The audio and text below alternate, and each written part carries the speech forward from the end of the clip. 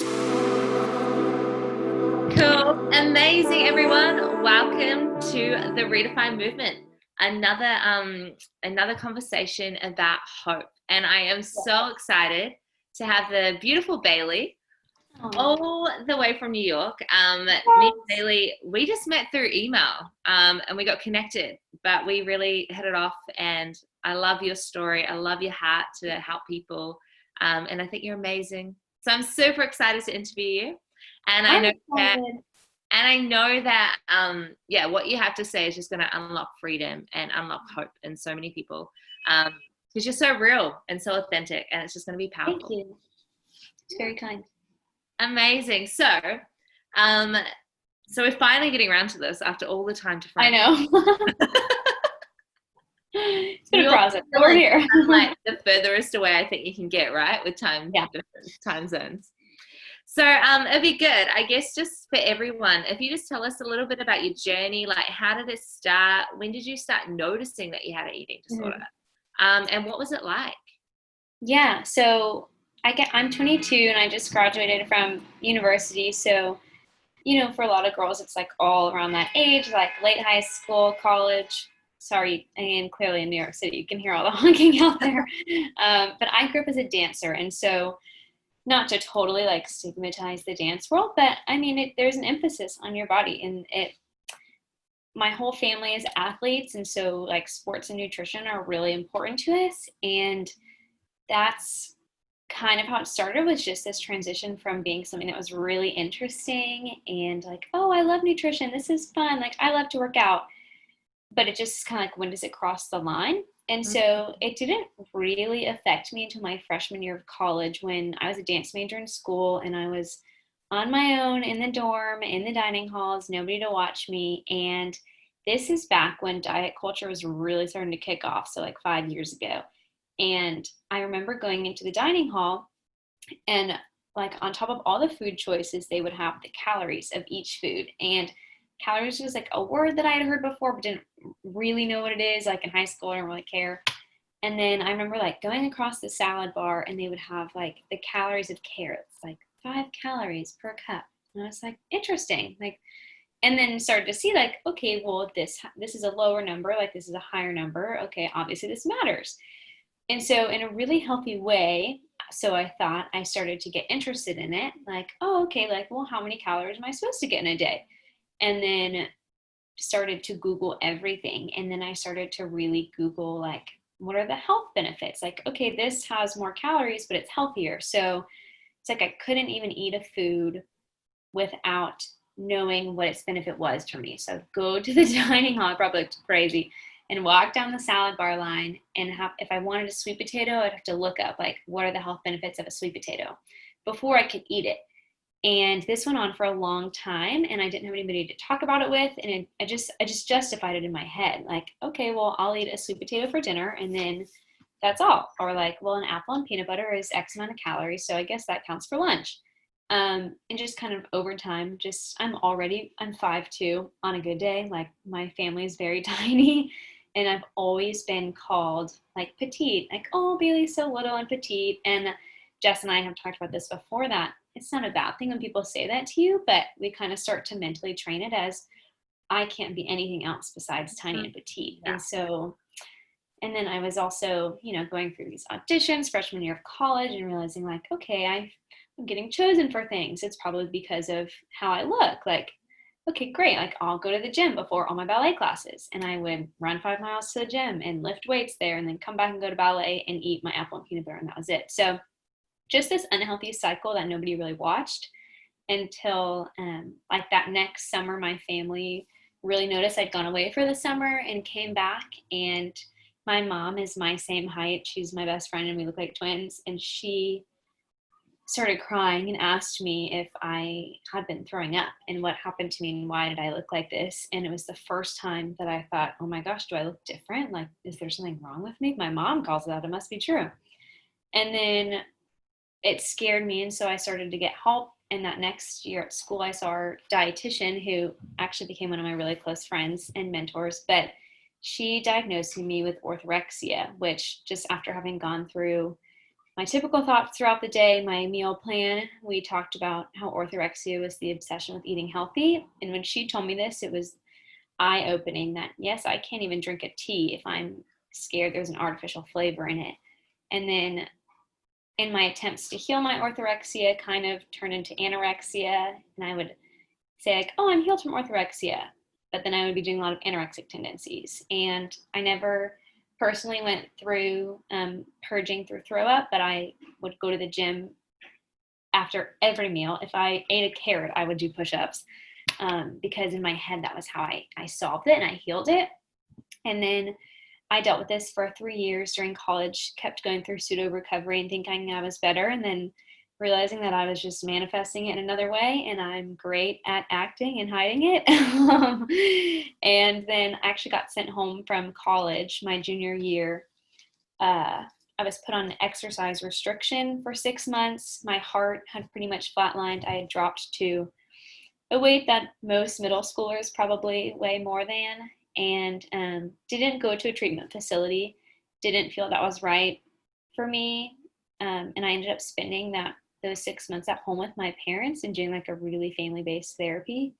And it was the best. And we can talk more about this, like things that helped, but it's been a slow journey coming back from it. Truly, recovery is not always linear. It's circular and you dip, and that is okay because all the dips are part of the story. And I still feel that every day I'm recovering for something in a new way. And I identify now as recovered, but I'm always going to be on that journey, and I'm always going to be on the redefined movement process. I'm going to continually be redefined every day. So that is the hopefully long story short. So powerful, man. I feel like so many people will be able to relate to your story. Yeah, which is crazy. Because sometimes, and not for everyone, there's like eating disorders are so complex, but it can be masked by this whole healthy eating. Oh, yes. I'm trying to be healthy, do what's right for my body. But there's a very thin line there where then it becomes very like you're so out of control. Like you feel like you're in control, but you're really out of control because you don't get your eating disorders in control. But I just love what you said there about how like recovery is not linear. I think a lot of people which have eating disorders can kind of be perfectionistic, and we think recovery is going to be like this, and we get disheartened when it's not like that. But I just love what you said about how the dips are actually all part of the story. And they really are. And it's what makes a powerful story too. And so I just think that's so encouraging for people that if you're in recovery and it's not going like this, just know the dips are part of your story, but you just got to keep going. And like Bailey said, she's being redefined every single day. Every day. Every day. And I mean, there's still sometimes some days I have to challenge thoughts or, you know, that the battle might come up and it's like, actually, no, I'm not doing that.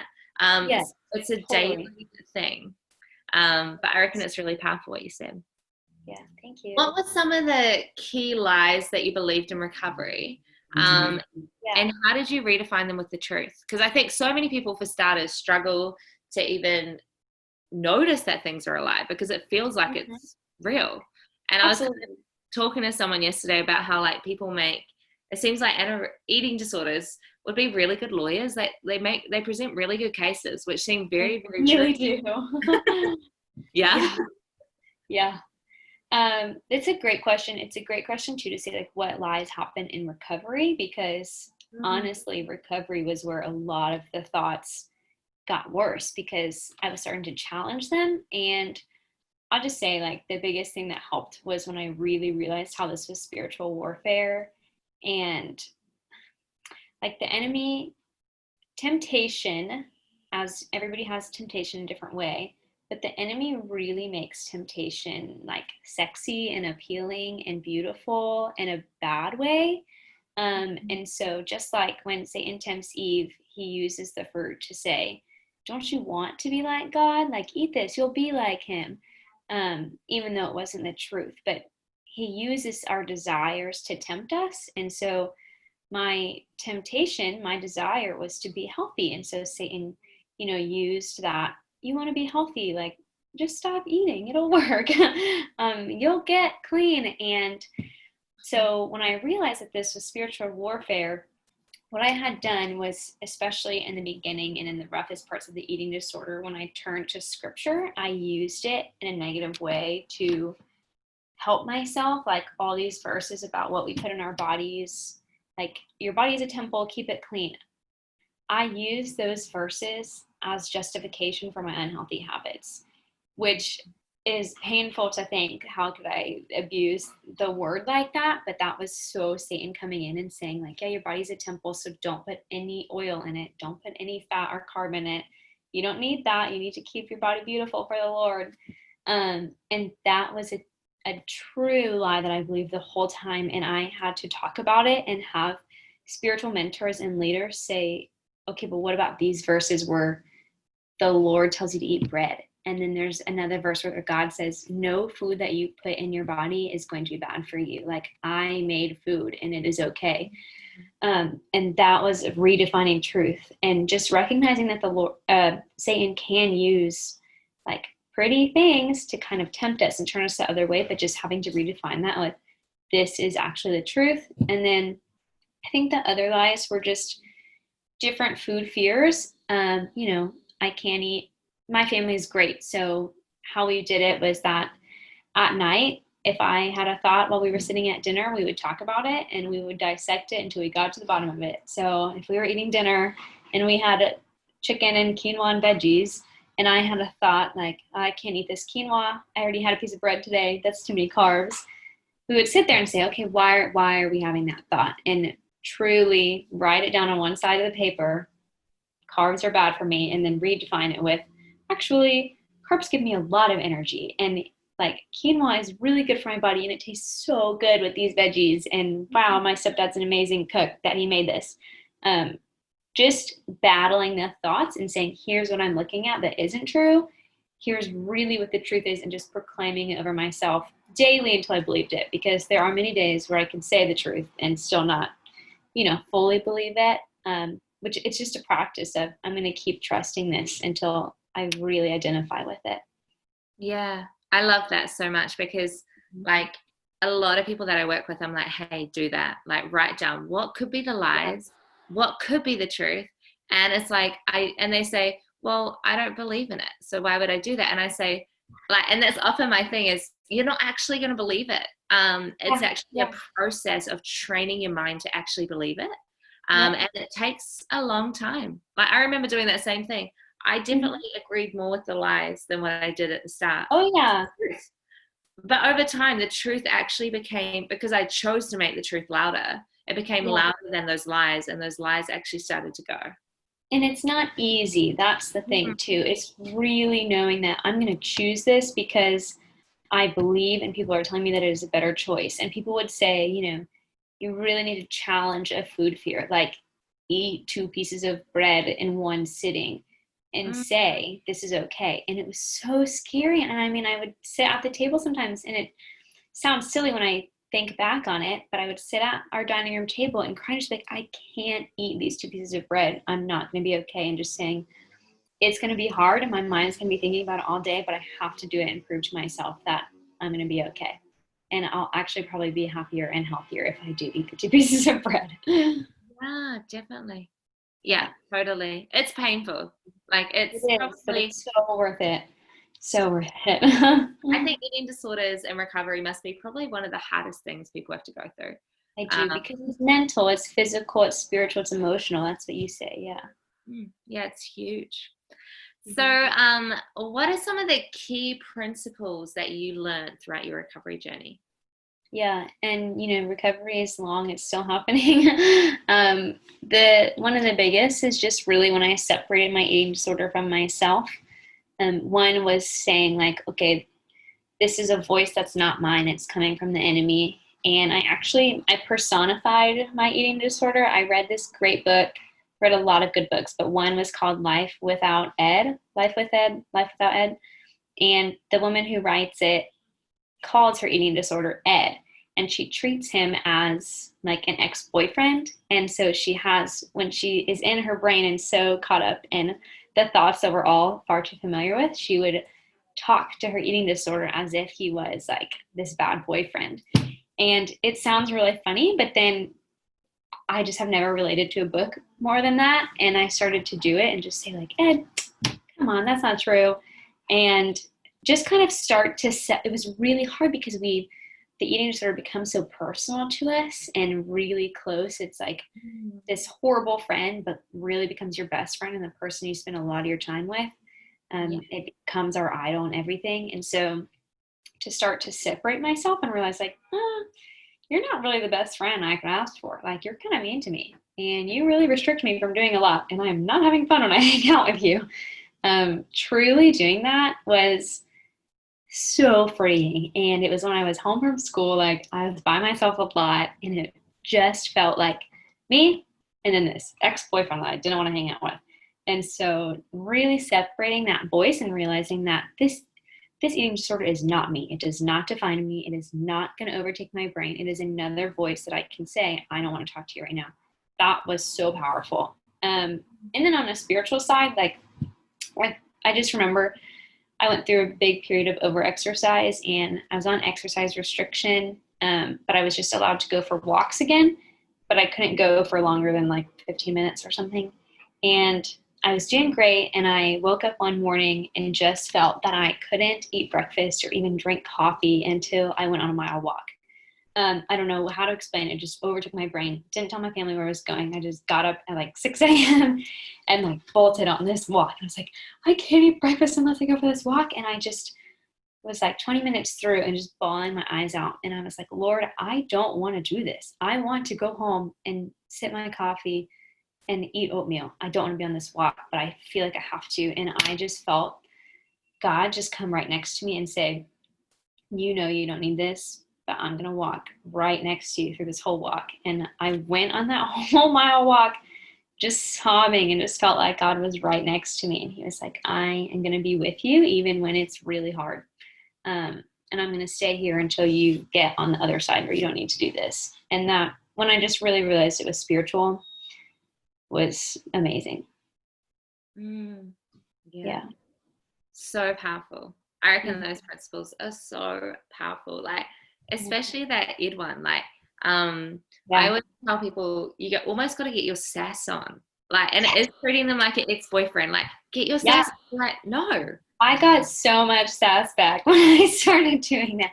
I really hope to get my personality back. Yeah, and you kind of get into an argument, but it's good. And you got to actually stand for your point. Like, in marriage, sometimes we get in heated discussions. Sometimes.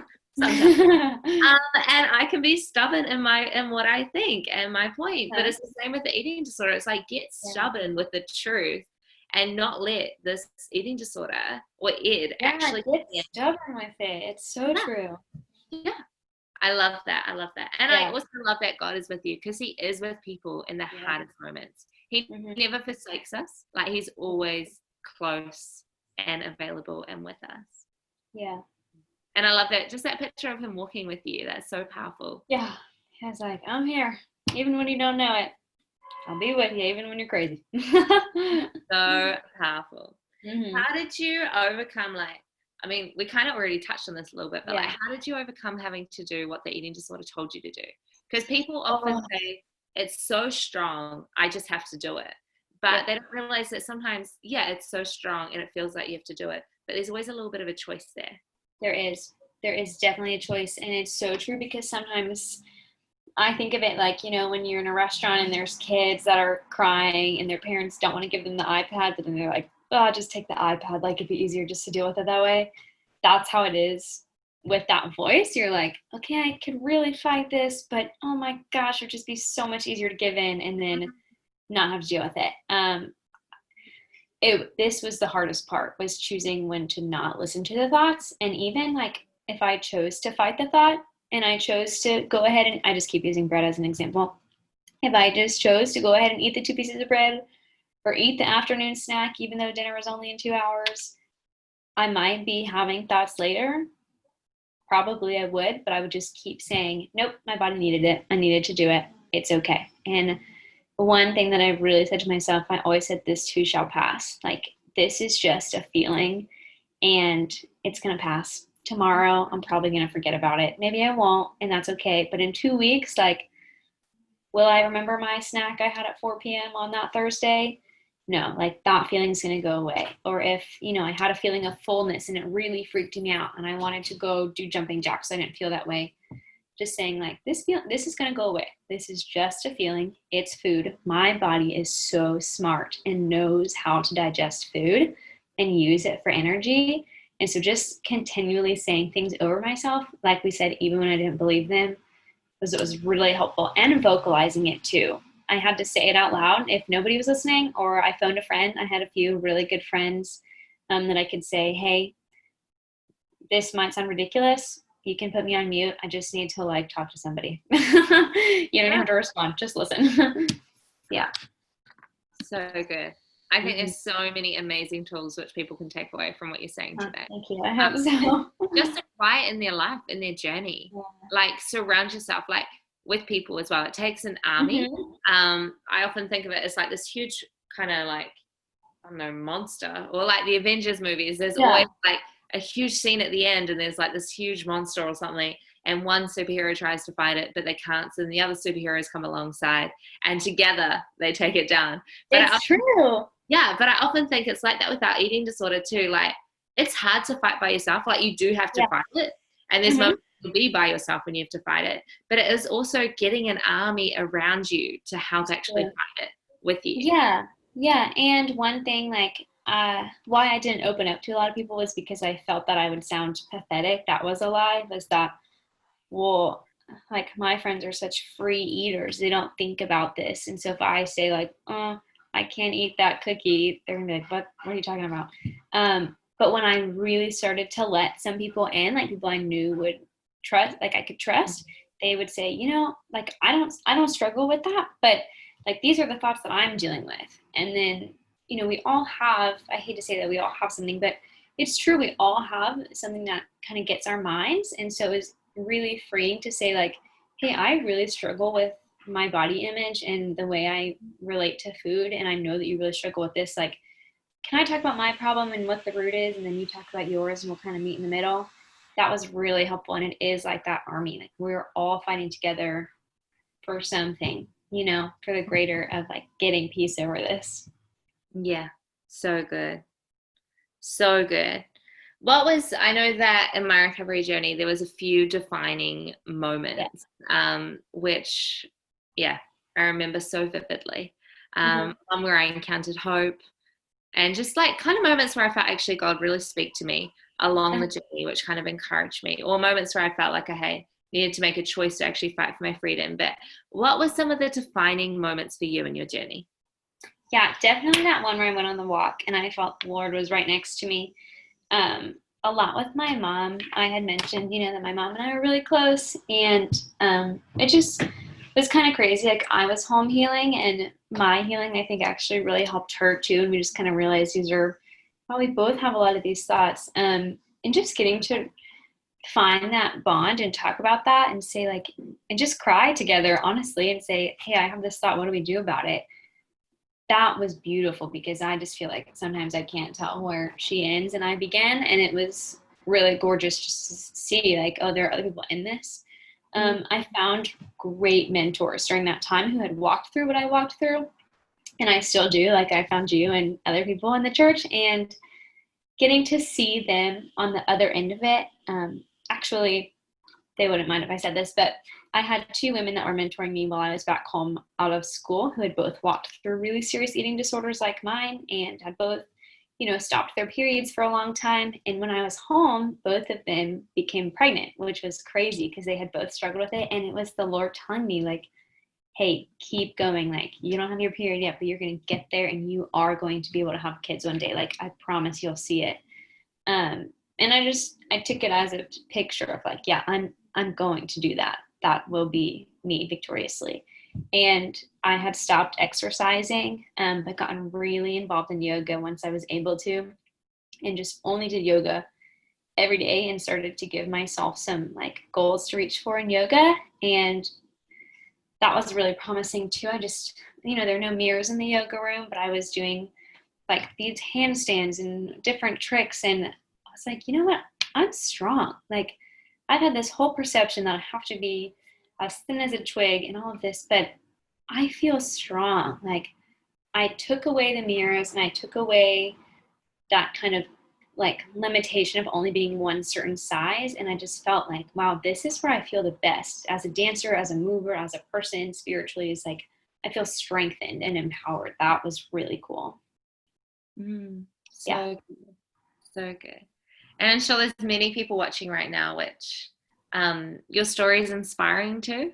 And they can probably relate to so many different aspects. But I know, and you'll know this too, sometimes when you're in the battle and it's so strong, you kind of believe, yeah, that's great for them, but it Yeah, won't, I'm never it gonna won't get there. Yeah. like my story is completely different, and we can kind of, I think there's a lie there where we kind of isolate ourselves and be like, well, it's great that they could get free, but I'll never get free. Or Totally. it's great that they, yeah. What Yeah. advice? Yeah. Oh, you like the same thing. We won't talk at the same time. Well, I'll say one thing was that when I was in it, I just kept thinking, I can't feasibly see when in my life I won't be struggling with this. Like it overtakes me in my thoughts. I'm never gonna get over it. But truly, Jess, like I just remember one day, I think I was like back at school, back doing life, and I thought, oh my gosh, I have not thought about food in like a week, like overthought food. And I was like, that's it. It happened, and it just happened really peacefully. Then it just let go. And I was like, it's true. Like I will get to that point where I stop thinking about it. And that is amazing too. So I totally agree. So good. I love it. What other advice would you give to some people who are watching who are really struggling? Yeah, that's a great question. I think get help, talk about it. It's really important. Find people that you feel comfortable talking to. And on top of that, it's awesome to work with a dietitian or a health coach, somebody who you agree with, who's holistic and is really there, not just to watch a number go up on the scale. That is not, yes, that's helpful. And for some people, that is what, for me, that was needed. I let the health professionals do that. And I worked with people who also were watching, okay, how's your mind? Like, how's your spirit? How's every other aspect in your life? And then, so I think help is important in really talking about it because it can be so isolating and so manipulative that we need that. One other thing is when it was really struggling with orthorexia, the obsession with being healthy, I poured that into another realm. And so it's like, okay, I'm not going to try to abuse my food for its cleanliness. Like, what if I get really into like clean skincare? And okay, I'll like drop fast fashion and I'll get into like non-toxic cleaning products at my home. And so it's kind of like a trade-off. And I thought, oh, here are all these other ways in my life that I can be clean and not restrictive. And I can, you know what, I can have pizza and I can still wash my face with like a clean product. That might sound silly, but just like putting that cleanliness into like another realm was so cool. And it was like, oh yeah, it's not all about the food. So Yeah. So powerful. Finding other interests. I actually just love your wisdom. I love your story. Oh, It's inspiring. It's inspiring the way that you've overcome it. And I just love seeing, like, even the conversations that we have now yeah, on the other side of it. It's so powerful. it's true. And we're still working on it. That's We the are. beauty. We are. So yeah, thank you so much for coming on. Yeah. Thank you so much for sharing your story and being so real and so vulnerable. Yeah. And yeah, I just know it's just gonna bless people and just help people. So yeah, if you're watching, don't just think, oh yeah, that's cool. Why don't you actually take some notes and actually take some of the practical tools away and actually try and implement them in your journey? Because these are tools which I've used, which Bailey's used, and they really, really help. So I really encourage you to do that. Awesome. Thanks.